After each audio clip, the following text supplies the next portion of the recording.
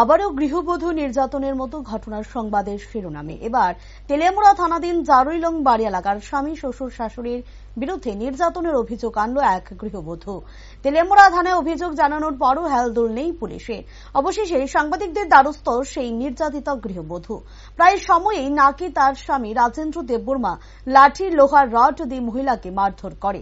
এই পাশবিক নির্যাতন সহ্য করতে না পেরে অবশেষে তেলিয়ামুড়া থানার দ্বারস্থ হয় ওই গৃহবধূ। কিন্তু এখনো পর্যন্ত অভিযুক্তদের বিরুদ্ধে কোনো ধরনের ব্যবস্থা গ্রহণ করতে দেখা যাচ্ছে না পুলিশকে। তাই বাধ্য হয়ে বুধবার সাংবাদিকদের দ্বারস্থ হন ওই অসহায় নির্যাতনের শিকার গৃহবধূ। এখন দেখার বিষয় নির্যাতিতার গৃহবধূর স্বামী রাজেন্দ্র দেববর্মা ও শাশুড়ি বজন্তী দেববর্মার বিরুদ্ধে পুলিশ কি ধরনের ব্যবস্থা গ্রহণ করে। কালকে বিষয় পূজা গেছে, জামাই খাইয়ে আইছে, তাহলে ঘরের ভিতরে সংসারের ভিতরে এমনি কার্য দরবার ওই তারপরে জামাইরে বলে জামাই 2-3টা কথা কইছে, ও 2-3টা কথা কইছে, কইছে পরে এর মামার লয়ে কথা কইছে।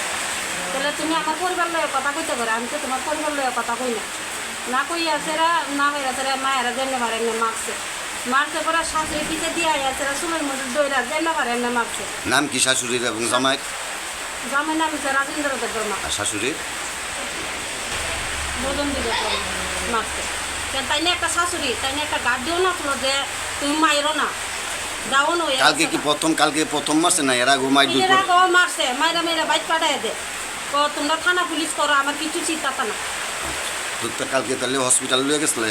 কালকে হসপিটাল লয়ে গেছিলাম 12:30টার সময় লয়ে গিয়েছে। তারপরে ডাক্তার মাক্তার দেখাইছি, আর ডাক্তার দেখাইছে থানাত গেছি, থানাত গিয়ে দেখাই আইছি, কেস লেখাই আইছি। যখন থানা পুলিশ তখন আইসে না,